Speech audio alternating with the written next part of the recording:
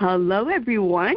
This is Betsy Wurzel, your host of Chatting with Betsy on Passionate World Talk Radio Network, which is a subsidiary of Global Media Network, LLC. And our mantra at Passionate World Talk Radio Network is educate, enlighten, and entertain. The views of the guest may not represent those of the station or the host. Folks, one of the reasons why I do Chatting with Betsy is to provide the audience with resources that can help you, help your family, have a better life. And I'm excited about today's guest because my guest today is very exceptional, a wonderful resource. My guest today is Dr. Connie McReynolds. She wrote the book, Solving the ADHD Riddle, The Real Cause and Lasting Solutions to Your Child's Struggle to Learn. It's #1 Amazon best-selling book in 8 categories. Dr. McReynolds is an esteemed and accomplished professional in the field of rehabilitation, counseling, and psychology. Over 30 years' experience, Dr. McReynolds holds licenses as a psychologist, certified rehabilitation counselor, and certified vocational evaluator. And let me tell you, folks, that's important. I've had experience in those areas in taking my son. It's very important to find a qualified person. A visionary founder of prominent neurofeedback clinics in Southern California. She's an acclaimed author. And she's also a podcast host of Roadmap to the Brain, which is on Apple or Spotify. You could check that out. And, folks, I really want to tell you, go to the website. It will be in the blog because there's a lot more about Dr. Connie McReynolds to say, but I can't because of time. But go on her website. So much information, so much valuable resources. But I want to welcome Dr. Connie McReynolds to Chatting with Betsy. Welcome, Dr. McReynolds. Oh, thank you, Betsy. It's such a pleasure to be here with you today. I'm thrilled for the opportunity to chat with you. Well, I'm excited to talk to you. I always ask the authors, what motivated you to write this book? Because it just sounds so interesting, the title. Well, it really was kind of a long process to get there, as I think it is sometimes for a person's journey. And a lot of it really stems back to my days as a rehabilitation counselor, which goes back about 3 decades now. And the orientation of rehabilitation counseling is we focus on people's strengths with an eye toward those areas that might be limitations, things that are holding someone back, and that can be a variety of obvious situations and maybe not so obvious situations. But the key is with the strengths, we focus on that, but then with those barriers or limitations, we think outside the box. We look for ways that we can help people mitigate that so that they can reach their goals, really live a quality of life that is well suited to them, and be able to just, be at peace with their lives and happy. And that has just informed me really for 30-some years. And then when I was in academia for 25 years, I was a faculty, a professor teaching rehabilitation counseling to graduate students for 25 years, running programs. And part of what happened is as I moved into a new position at a different university, there was an opportunity to build a clinic. And within that, I discovered this tool, which I'm sure we'll talk about, which is neurofeedback, and I mentioned in the book. And what we found early on is that we were able to, again, mitigate those limitations, those barriers that people were experiencing in children and adults. And as time went on, it's been 15 years now, I've just seen remarkable changes in people's lives and changing the trajectory of children who were struggling in school, who were failing out, who were in trouble, just you name it, we were seeing it, and we were seeing changes happen. And then when we were able to move into providing this beyond just my clinic doors, I thought, it's really time to get this book out. It's time for people to know there are alternatives. There are different ways of looking at this condition called ADHD. We need to start a new narrative. We need to start a new story, and people need to know that there's hope, that once you have it, you don't have to have it always. It isn't that way anymore, and that we can train the brain and you can get relief from those difficulties. And that's really how it all came about. It's been a 30-year journey. Wow, that's incredible. I have to ask you this, Dr. McReynolds. Do you think, in your opinion, that ADHD is being overdiagnosed? Before it was underdiagnosed, and now it seems like so many children are being diagnosed with ADHD. What's your opinion on that? Well, I think there are many reasons for things happening in today's world, and yes, I think we're smarter about what's happening with children who are struggling. I'm not so thrilled with the fact that ADHD gets thrown around for everything, and I think the label of ADHD doesn't necessarily solve the problem. And that's really where my voice comes into this discussion, is that just because we give someone a label doesn't mean we understand what's going on with them, nor do we necessarily have the proper tools to help them. Because if we're treating everyone kind of the same, it doesn't do much to deal with the individual and their experience of what this condition is. And children are struggling. My mother taught second grade for 32 years. And I saw in the same classroom. So I joke that I kind of grew up in second grade, but I saw a lot of things going on decades ago, and I saw her innovative approach to trying to help children, ones who couldn't learn how to read, and what it took to really help children and getting the right understanding. And in my own work, I've been a licensed psychologist for years. And I know that sometimes diagnosing people is, a way to go because maybe it gets them services. But in the field of rehabilitation counseling, that just gets the person in the door. That doesn't tell us anything about the person. And I think the person gets lost in a lot of these discussions that are bantered around about ADHD. Oh, I have ADHD. I lost my car keys the other day. Well, maybe that isn't ADHD. Maybe that's actually a visual processing problem. And that's what my book is about. Is it really is breaking out these ideas of what is ADHD and understanding there may be something else going on here that is getting bantered around as ADHD. Yes, this child or adult may have some attention problems. They may have some hyperactivity in their brain. But that doesn't lead us down the pathway of resolution. It only tells us what's wrong. And really what this is all about is figuring out what we can do to get rid of it. That's so true. I will say that my son Josh was diagnosed with ADHD, and my son, when he was young, he didn't move. So when I think of someone with ADHD, in my mind at that time, which is like 40 years ago almost, I'm thinking of a child who's, physically hyperactive, which Josh wasn't. He was underactive. But his mind, I guess, was hyperactive. Josh was delayed in many areas and does have difficulty with processing. So I understand, what you just explained. And, I didn't know any better 38 years ago. Josh was on Ritalin for a while, went off, and went back on. I really don't think it helped him at all. And when he came off that Ritalin, he was cranky, very irritable. And I just think that sometimes, and this is my own experience, they just push Ritalin or medication instead of really understanding where the child is coming from. And I worked in a preschool, and I have to say this, Dr. McReynolds, each year, I worked there, 13 and a half, 14 years, the children's attention span seemed to be shorter and shorter. I'm not a doctor. And maybe I'm not going to say it all has to do with ADHD. I think it's just technology.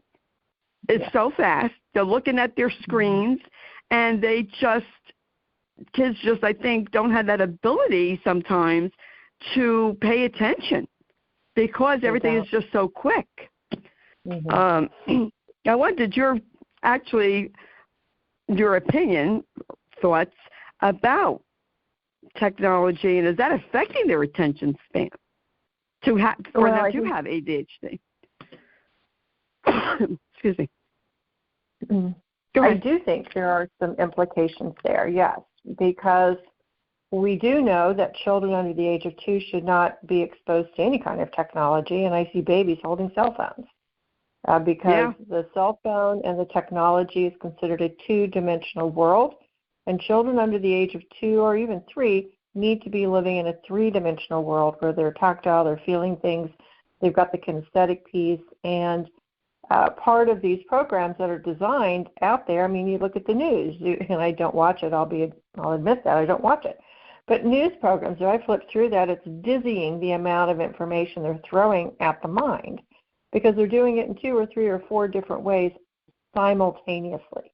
There's no way the brain can process all of that. So everyone is getting to the point where we are less and less capable of retaining information and maintaining attention. And we see it most notably, I believe, in children. Because with children, anytime they're given these video games, they're given any kind of technology, it's all designed to keep them engaged. And so keeping the brain engaged actually dumps neurotransmitters into the body. I've written about that in the book. There's nothing wrong with some of that, but there's a whole lot wrong with a whole lot of it. And we just have to, as parents and teachers and adults in this world, recognize the brain is a very sensitive instrument, and what goes in actually affects the brain and can have lasting impact.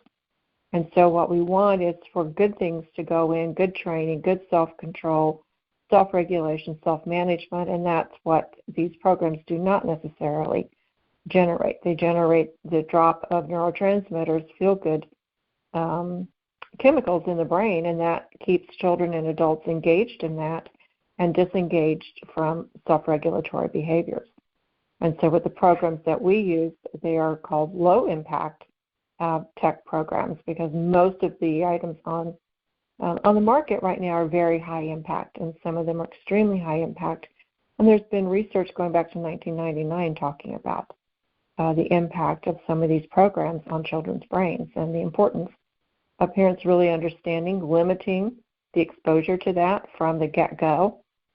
We've treated children who are literally addicted to the point of destroying a household when the technology, they're trying to wean this teenager off, and he's becoming incredibly destructive because his brain is so addicted to the dopamine rush that he's getting through these video games. Wow, that's kind of scary. I actually cringe when I see children, toddlers, babies looking at tablets and cell phones so the parents can keep them entertained while they, shopping instead of, interacting with them, talking to them. I have to ask you, because the audience may be curious, is how is someone diagnosed with ADHD? Well, it's a very nebulous process, I will say. And I've had people come into my office bringing their children in, and they will say, we were sitting in a doctor's office, in 5 minutes we had a prescription for medication, and we're not real pleased with that approach.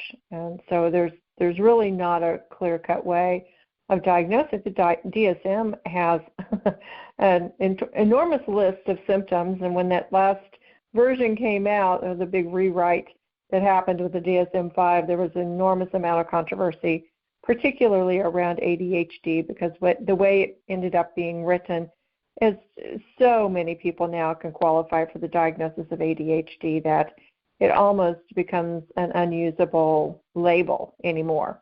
It's almost meaningless at this point. And I've never been one to really focus a lot on labels from the get-go because of my training. This doesn't really help the person very much. You can read the file and get the diagnostic label, but when they walk in the door, you set the file down, you set the label down, and you meet the person. And that's the philosophy that I've taken the entire time of my career, and it's what I brought into my clinics.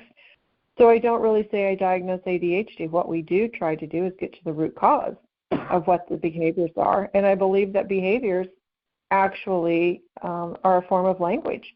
And so if we can decode those behaviors, which is what we strive to do in my clinics, along with a 30-minute assessment that's looking at these auditory and visual processing problems, we can really get to the root cause of this. And by doing that, then we're able to institute brain training programs that target those areas of weakness that through repetition, and typically about 20 hours of training, which is about 40 of our sessions, we're able to monitor the progress. We assess, it's evidence-based data, and we're able to adjust the training plan until we get to the desired goals.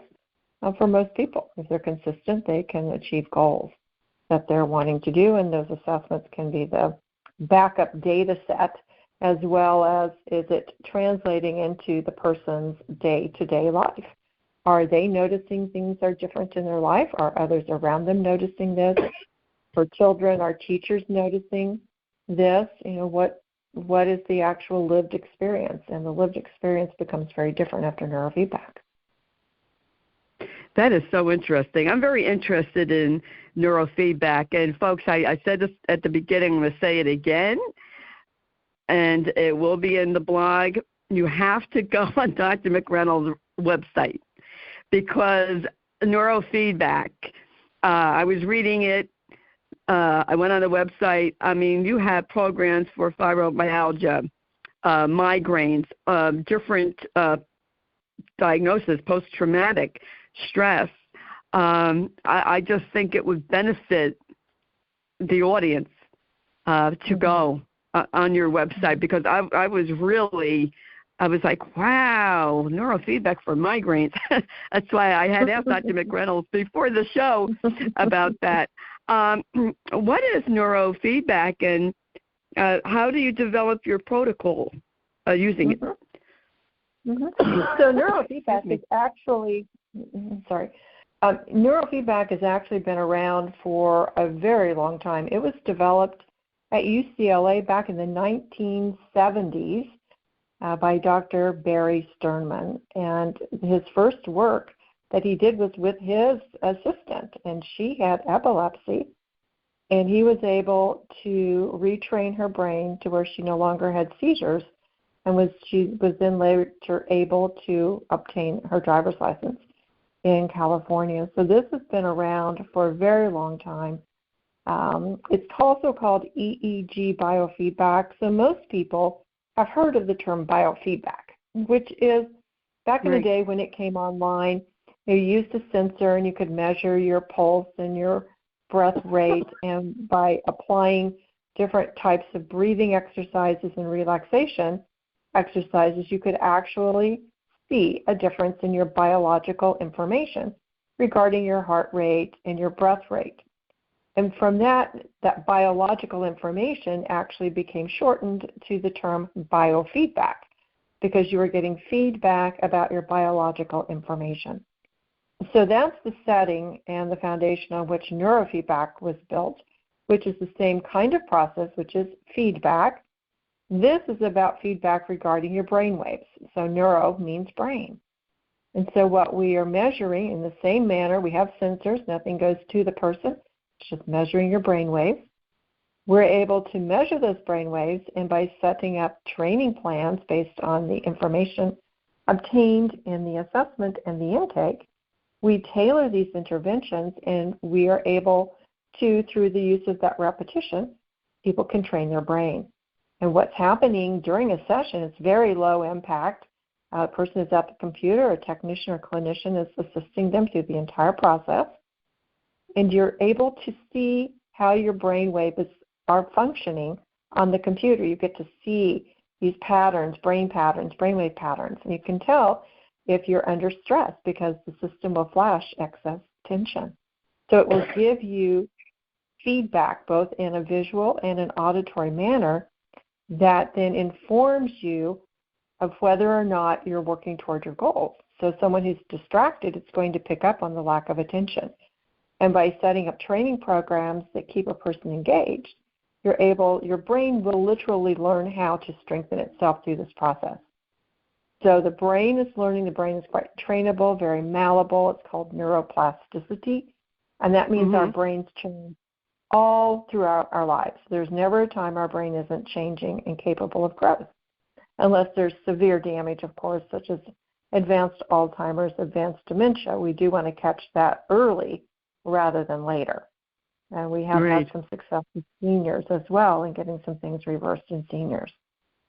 So it's brain training. Neurofeedback is just brain training. You do a structured training plan just like going to the gym, only this is for your brain. And by doing that through the process of repetition, you're literally retraining the neuronal pathways in your brain, and when they get stronger and are enhanced, then that becomes the go-to in your brain, just like anything you've ever learned how to do, from walking, holding a pen, riding a bike.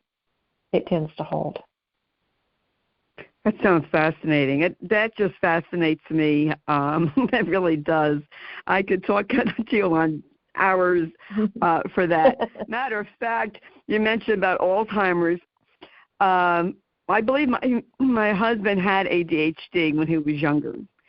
My husband was diagnosed with early onset Alzheimer's, but before they would say that he had Alzheimer's, he was getting medication to help him pay attention. Didn't help because that wasn't his problem.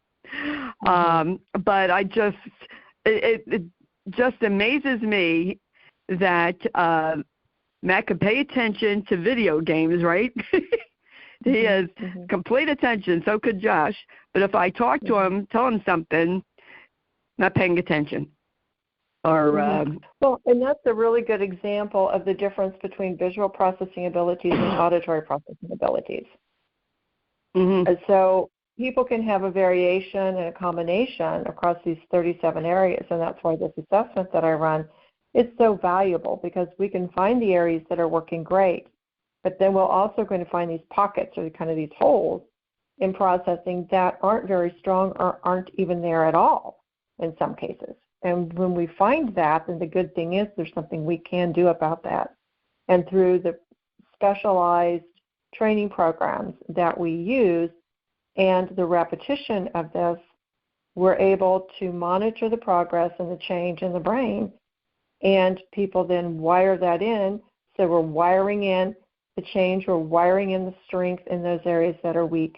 And the good news about neurofeedback, unlike the typical physical gym, is that once this gets wired in, it tends to hold. So unless there's some other activating event or situation or trauma that comes along, generally, people can even continue to see improvements ongoing even after they have completed their training plan. I'm excited about this, Dr. McReynolds. I really am. I wished I knew about you 40 years ago. And this is why I have people like you on the show, because I want people to know about resources such as you to help them. They have a child who was diagnosed with ADHD, or even if they're an adult that was diagnosed with ADHD, that they can go on your website, they can contact you. You're in California. So if somebody wanted to do your program, can they do it from just the U.S. or can you do international? We do it mostly in the U.S. It really depends on where they are. Depends a little bit on internet connections. There are some technology requirements for this, so I always screen, and we do tech checks prior to moving forward just to make sure that's a possibility. So really it's just understanding what the tech needs are. It's understanding what the areas of weakness and just the training of the brain processes and the neuronal pathways, just like any exercise program and educational program. We talk about education. Education is really just learning and developing better skill sets. Absolutely. And how can teachers and parents support a child or teenager with ADHD? Well, it's very important to understand what you're dealing with, and that's why that behavioral, like decoding the behaviors, is so important. Because if you don't know what you're dealing with, you're just calling it ADHD, but you don't really understand what the behaviors are telling you, then it gets very confusing for everyone, including the person who's struggling, but everyone who's working with them. So I really like to talk about, and even in the book, what I've done is break out those chapters. There's a chapter on auditory processing. There's a chapter on visual processing that really shows case studies of children who have strengths in one area but not the other. Most people fall across both categories, though. So it's really understanding which part of that, and at the back end of each of those chapters are checklists to where people can really look at this and say, okay, I think we've got something here, I think we have something over here. And then there are tips for parents and tips for teachers in there. And I will say that for children who have the combination, they are a little challenging to try and figure out, but you can do it. You can do some experimentation. If you're talking and it seems to go in one ear and out the other, then probably more of that isn't going to work. You need to do something different. And so part of what I have said over the years is that if the interventions that are being provided aren't yielding lasting outcome, then you need to change the intervention. You need to change the approach because that approach isn't working. So for children with auditory processing, they can look confused, they can look distracted, they can drift off, tune out, they may not be able to follow multi-step instructions, they get lost with all of that. Yes. It's kind of like it goes one in one ear and out the other. And I've told you this 100 times. Why aren't you remembering it? It doesn't matter if you tell them 100 times or 1,000 times. If they can't hang on to the information, telling them the same way again and again and again is just going to make everyone frustrated and angry. It isn't working. Change up the game plan. Switch over and see if writing things down makes a difference. Creating checklists, creating visual cueing for children who have auditory problems. See if that works. See if demonstrating something is a better approach than telling someone something. And for children with visual processing, these are the ones who are a little harder to figure out. So they may be the ones that everything always seems like a mess around them. The room's a mess, the bed's a mess, the backpack's a mess, the writing's messy. Everything just seems messy. Maybe they bump into things, trip over things, drop things, run into things. Maybe there's just always something like this going on. Can't figure out where they left their shoes, lost the homework, lost the keys, lost the coat, don't know where the glasses are. Those are all indicators of possible visual processing problems. So this isn't about willful laziness, which is there's such bad terms that get bantered around with some of these children. Because people perceive this to be a willfully inattentive child or a disorganized child. That if you just tell them to get organized, they'll do it. Well, let me tell you, if that worked, we wouldn't have any problems on the planet. It doesn't work. That's true. It doesn't work. And so if what you're doing isn't working, you have to do something different. So for those children, the visual cueing, doing those kinds of things isn't going to work. It has to be something different. And so for those children, it may be that we have to show them. And they could also have, though, a combination. So we might have children with one of this and one of this. And again, it's a little bit trial and error if you don't have the data. That's why I think this assessment helps so much, and we can do these assessments kind of regardless of where you're setting, as long as we have the check requirements and that type of thing. And I want to be really clear, too, I don't do diagnoses. I'm looking at just what's working, what isn't working. If you need labels, that can come from somewhere else, because I don't think the labels really help a whole lot. I think what we want to do is just find what is working, what areas need to be strengthened. Let's focus on that, and then let's make that happen. And that to me is the best approach that I've seen over 30 years, is let's just focus on what we can do to strengthen things, what we can do to make it better for that person. And then let the rest of that diagnostic stuff kind of fall to the side if we got rid of almost all of those diagnoses and labels. I love that. Dr. McReynolds, you're the woman. You're the woman. And all this information is in your book. Is that correct? Yes. All the information. You know what, folks? I'll be honest. wasn't able to read the book, but I'll tell you what, if this book was available 38 years ago, I would have read it frontwards, backwards, several times. I could have used a book like this, really. I mean, Josh will be 40 in July, so I'm going to say 39 years ago I could have used this book. And definitely would highly, highly recommend reading this book. And how does someone access your programs? I guess going on the website, and then they could contact you. That's correct. So up on my website, which is www.ConnieMcReynolds, my name, ConnieMcReynolds.com, there is a free brief assessment right there on the front page. So people can click that and just see the 7 signs that a child may have auditory or visual processing problems. That's a starting point. Just check that out. See what that means to you.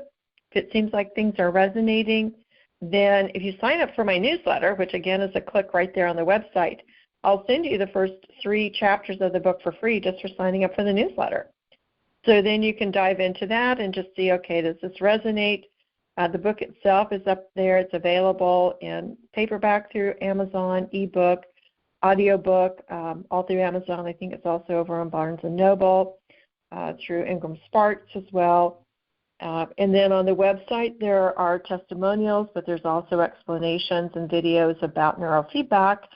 As I said, I've been doing this for 15 years now, and we just see really good results for the vast majority of people. And regardless of what people are diagnosed with when they come in my door, whether physically or otherwise, about 80 to 85% of people have these underlying auditory and visual processing problems that they never knew there was an explanation for what they were struggling with. And it makes just such a huge difference when you do figure that out. And it isn't so much a diagnosis as it is just understanding how the brain works. Is it working well with auditory? Does it work better with visual? Is it a mixed bag? And then here's what you can do about that. So once you have a better understanding of what you're dealing with, then you're more likely to end up heading in the right directions to take care of those limitations. Absolutely. And everyone has their own method of learning, different ways to learn. And I think in the education system and sometimes children are kind of squashed is a term I like to use, because they're not allowed to, I want to say, be themselves in how they learn. Not everyone learns the same. And I know it's hard for, a teacher in a classroom of 30, 35 students to cater to everyone's needs. But, I don't think it's right to crush a child's creativity or the self-esteem because they learn a different way, especially in the time that, I grew up in, where, teacher made fun of you when you couldn't answer a question. You were up in front of the board and you got embarrassed, like I did, and start to cry. I was a sensitive child.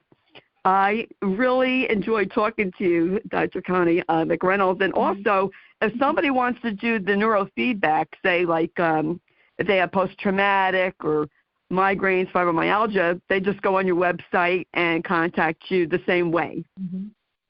Yes, there's a contact form up there where they can list out their email address, a phone, excuse me, and a few details. And what I will do is contact people via phone. We'll schedule a time.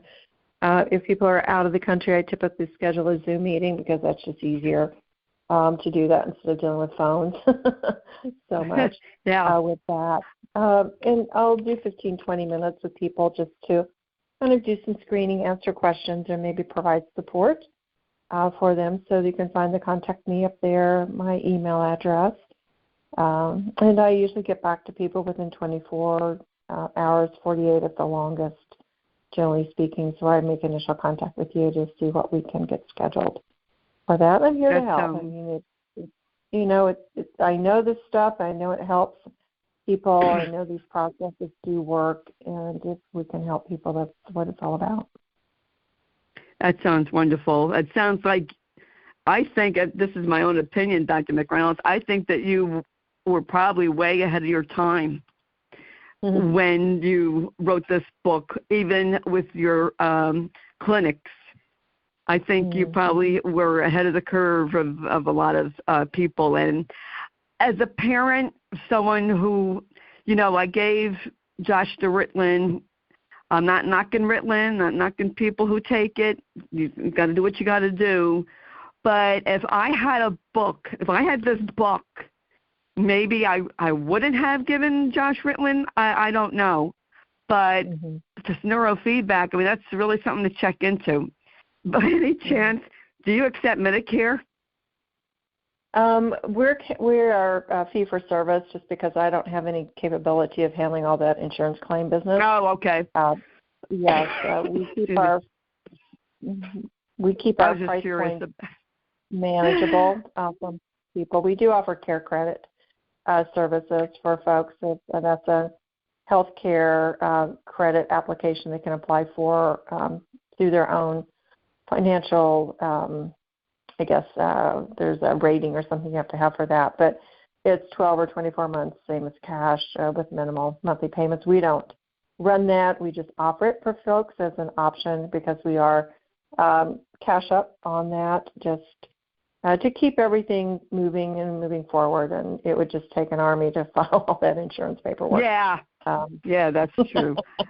I figured I'd ask that for the folks out there like me who are on Medicare. Well, it was such a pleasure talking to you today, Dr. Connie McReynolds. Thank you for writing your book. Folks, the name of the book is Solving the ADHD Riddle, the Real Cause and Lasting Solutions to Your Child's Struggle to Learn. Number 1 Amazon best-selling book in 8 categories. Get the book and go on the website. All the information about Dr. Connie McReynolds is in the blog that Jeannie White, who's the station manager, does. And thank you, Jeannie. And Jeannie White produces the show. And thank you for all that you do to help people, Dr. McReynolds. I thank you from the bottom of my heart. We need more people like you who have a passion and who care. And I just can't thank you enough for sharing your wisdom today. And I want to thank Lillian Caldwell, who is CEO of Passion World Talk Radio, who makes this all possible. And I want to thank you, the listeners. Thank you for listening and subscribing. And if you don't already subscribe to Chatting with Betsy, please do so. It is for free on Apple, Spotify, Spreaker, iHeart, Amazon Music, to name a few. I have wonderful guests on who are wonderful resources, and that's what I'm here for, folks. I'm here to help you. And please share this show to help other people because I want to help as many people as possible, and I need help doing it. So if you all share the show, maybe you know someone who has ADHD, maybe you know someone, or maybe you yourself have migraines or post-traumatic stress disorder, injury, whatever you want to call it, and check out the neurofeedback. Share this. Maybe it will help someone you know. We don't know. All you have to do is go on the website and, you get a newsletter and you get the first 3 chapters of this book to read for free. To me, that is a no-brainer. I would do that. And I just get really excited about people who love to help other people. And if you are looking for a support group, folks, if you have someone with Alzheimer's, any other dementia, check out my Facebook group, #Kick Alzheimer's Yes Movement on Facebook. And you are welcome to follow me on Facebook, Betsy E. Wurzel, Wurzel. Excuse me. And as I always say at the end of my show, in a world where you could be anything, please be kind and shine your light bright, because we all need it now more than ever. And that's what I have to say today, folks. This is Betsy Wurzel, your host of Chatting with Betsy on Passionate World Talk Radio Network, a subsidiary of Global Media Network, LLC. Till we chat again, be safe. Bye-bye, everybody.